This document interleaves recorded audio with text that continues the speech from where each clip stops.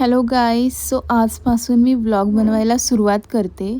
आजचा दिवस माझ्यासाठी खूप खास होता, कारण आज मी माझ्या पहिल्या व्लॉगची सुरुवात केली.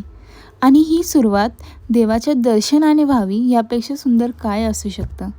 मी आणि पप्पा सकाळी देवदर्शनासाठी निघालो.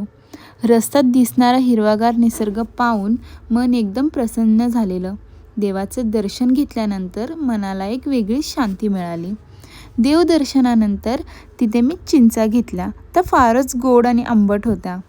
घरी परतताना मात्र रस्ता खूपच खराब होता. खड्डे आणि कंबरदुखी. माझी तर कंबरच गेली. मग आम्ही एक मस्त कडक चहा घेतला आणि थोडाफार थकवा आमचा कमी झालेला.